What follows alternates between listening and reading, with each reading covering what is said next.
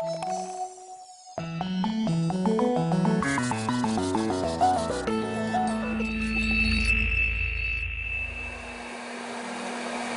the factory, winding resistance is measured in order to assure proper manufacturing and calculate conductor losses.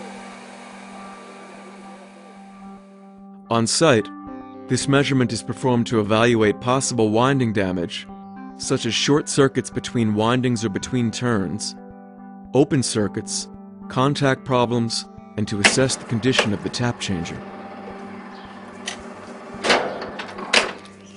With the CPC 100, current is injected into the winding. Measuring current and voltage, the CPC displays the resistance value. Then it updates the value every second and displays the difference between two subsequent values. As soon as the inductance of the winding is charged, the resistance value stabilizes to represent the winding resistance.